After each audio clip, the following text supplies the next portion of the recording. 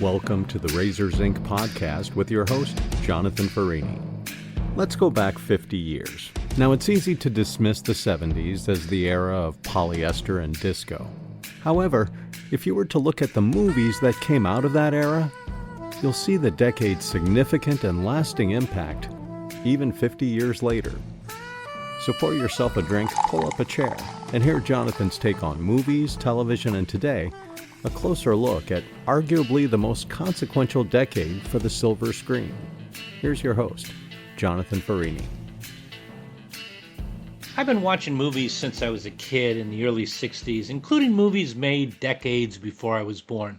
Silent films I appreciate, 30s musicals and detective films, 40s noir, 50s nuclear paranoia and method acting films, 60s rom-com, and breakthrough dramas, and the subject of this podcast, the sensational movies of the 70s.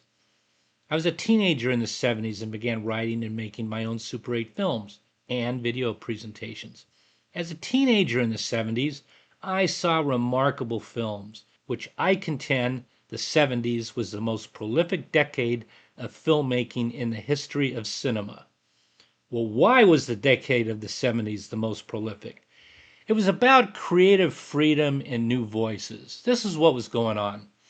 The old studio guard, made up of the founders, handed the reins over to a new generation of film studio chieftains who were in tune with the audiences of the decade and were risk takers with the blessing of the studio ownership. A far cry from the empty suits and skirts of film studio heads today, who I consider insurance actuaries, risk mitigators, preferring to keep their jobs by returning to successful remakes and pop culture cross-media like comic books.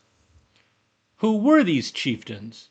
Robert Evans, Paramount Pictures. He oversaw hits like The Godfather and Chinatown. Forget it, Jake. It's Chinatown. He's worthy of a podcast all to himself. Alan Ladd Jr., 20th Century Fox.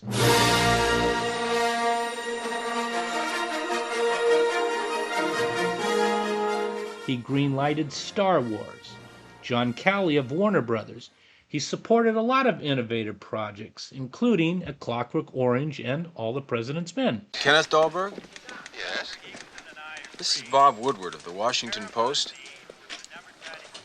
Yes? About that $25,000 check deposited in the bank account of one of the Watergate burglars, Mr. Bernard Barker. Frank LeBlanc over at Paramount, instrumental in the studio's success during the decade. David Beagleman, Columbia Pictures, managed the studio during the release of films like Taxi Driver. You talking to me? And Sherry Lansing became one of the first women to head a major Hollywood studio, later serving as president of 20th Century Fox. Her presence in executive roles helped open the doors for women. Julia Phillips was a producer. She was instrumental in bringing groundbreaking films like The Sting, Taxi Driver, and Close Encounters of the Third Kind to the screen.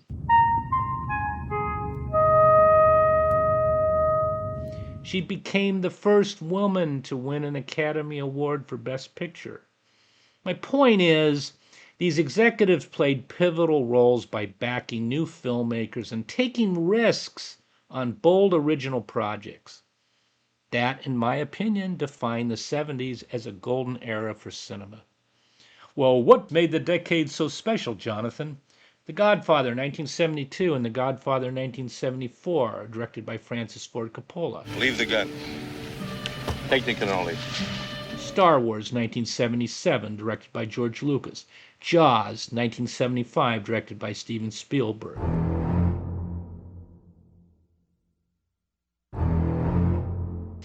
One Flew Over the Cuckoo's Nest, 1975, directed by Milos Forman.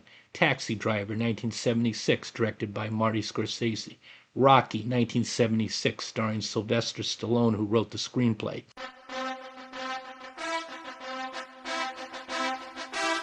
Apocalypse Now, 1979, directed by Francis Ford Coppola. A Clockwork Orange, 1971, directed by Stanley Kubrick. Chinatown, 1974, directed by Roman Polanski. The Exorcist, 1973, directed by William Friedkin. Annie Hall, 1977, directed by Woody Allen. Network, 1976, directed by Sidney Lumet. Alien, 1979, directed by Ridley Scott. Patton, 1970, directed by Franklin J. Schaffner. This is where it pays off. Training and the discipline. No other outfit in the world. Pull out of a winter battle, move 100 miles, go into a major attack with no rest, no sleep, no hot food. God, I'm proud of these men. Screenplay, incidentally, by Francis Ford Coppola. The French Connection, 1971, directed by William Friedkin. Blazing Saddles, 1974, directed by Mel Brooks. Hey, boys, look what I got here. Hey, where are the white women at? These films, to name just a handful, showcase the diversity, innovation, and cultural impact that made the 70s a truly golden era for cinema.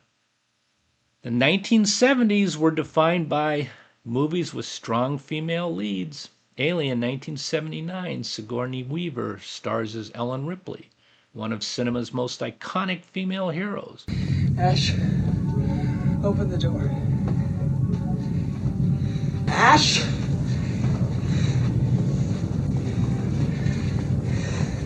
You open the door? Annie Hall, 1977. The film broke convention by centering on Annie's perspective and emotional journey, earning Keaton an Academy Award for Best Actress. Oh, God, Annie. Well, la-di-da, la-di-da, la-la. Yeah. Network, 1976. Faye Dunaway plays an executive for a television network named Diana Christensen, a fiercely ambitious television executive whose intelligence and drive dominate the screen. This concept analysis report concludes the American people want somebody to articulate their rage for them. I've been telling you people since I took this job 6 months ago that I want angry shows. I don't want conventional programming on this network. I want counterculture. I want anti-establishment. Alice doesn't live here anymore. 1974. Ellen Burstyn played Alice, a widow who sets out to build a new life for herself and her son, earning Burstyn an Oscar for Best Actress. I'm so scared of Donald, you know. I was always trying to please him. I was so afraid not to please him. You were scared of him? Oh, God, yeah. Black filmmakers defined the 1970s. It was a groundbreaking period for African American filmmaking, with the emergence of what they call blaxploitation genre. The term can be negative or positive depending upon your viewpoint, but the film centered around black characters and stories and included themes of black culture, empowerment, civil rights, urban life, and resistance to oppression.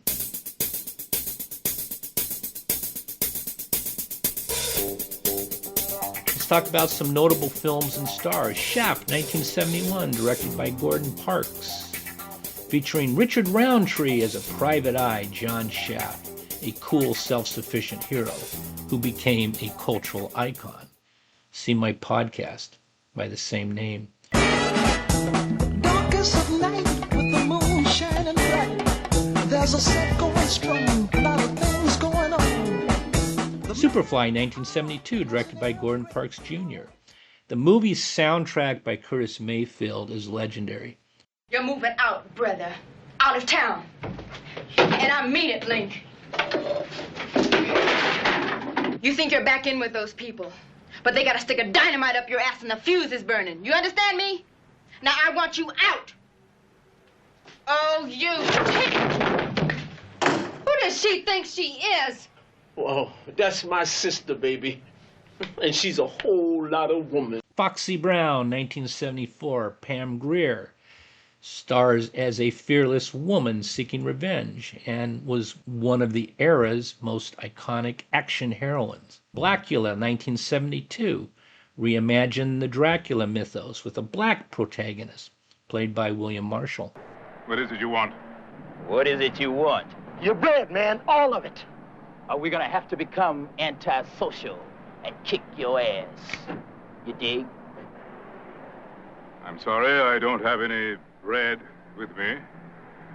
And as for kicking my ass, I strongly recommend that you give it careful consideration before trying.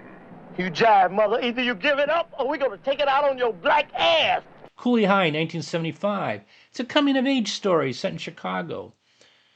And it's known for its authentic portrayal of black youth and friendship. Man, how many people got money for show fan? Raise your hands. Oh, wow, man, we only got enough for 4 of us. That means one of us ain't going. Hey, if I ain't going, ain't nobody going.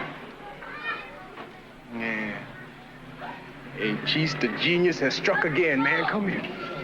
Dick, all we got to do is get out of here, man. Who could forget Mahogany, 1975, starring Diana Ross? A young woman named Tracy Chambers striving to become a fashion designer. Making clothes for rich people to look at in the magazine? You think any of this crap means anything to these people around here? It means something to me. Do you know where you're going to? Do you like the things that life is? It was about ambition and identity. And my favorite, Sounder, 1972. See my podcast under the same name. Cicely Tyson and Paul Winfield star in a drama about a black sharecropping family in the Depression-era South. Black cinema of the 70s offered multifaceted depictions of the black community. It moved beyond old stereotypes and reflected the success of the civil rights and black power movements. Make no mistake, the 1970s was the decade of legendary directors changing cinema. Francis Ford Coppola, Martin Scorsese, Steven Spielberg, George Lucas, Robert Altman, Stanley Kubrick, just to name a few. As said earlier, major studios began to trust young filmmakers, giving them unprecedented control over their projects. So what happened is this shift resulted in movies reflecting the social and political upheavals of the time, which resonated with audiences. The big picture, intentional pun, about 70s films was the cultural impact. The films addressed real-world issues, war, corruption, alienation, and changing social norms, making cinema more relevant and powerful than ever. The bottom line, pun intended, it's used frequently in filmmaking, the 70s transformed cinema through creative freedom. Studio management changes empowered new voices and women and black filmmakers. The legacy of 70s films continues to inspire audiences and filmmakers today. To quote Martin Scorsese, "There was a sense in the 70s that anything was possible. We were making films for ourselves and for each other, and the audience came along for the ride." Unquote. Ask yourself, what's the next golden decade going to look like? Maybe it's already started with the gatekeepers giving way to independent filmmakers making original content for pennies and distributing on social media, bypassing the old studio system. It's a win-win for the studios because executives simply follow the number of followers and option or purchase those with the big numbers. Only time will tell what the future holds for film and whether there will be another 70s golden era. Regardless, I'm happy I was around to witness the 70s unfold for filmmakers. Till I see you next time, please leave behind a soft footprint and class is dismissed.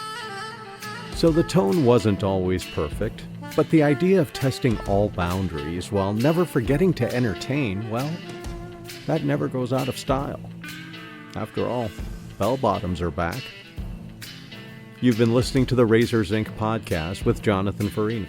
Be sure to check out Jonathan's collection of fiction at jonathanfarini.com. Also, if you read Jonathan's short story, The Bel Air Inside the Bog, look for The Bel Air Inside the Bog Part 2, in which a retired English teacher learns about 2 missing high school students and sets out to solve the 50-year-old puzzle. The Bel Air Inside the Bog Part 2, already published by Scars Publications, it's been published again in the new January issue of the Wise Owl magazine. Go to thewiseowl.art. You'll also find it at jonathanfarini.com or drop an email anytime to razorsyncpodcast@gmail.com.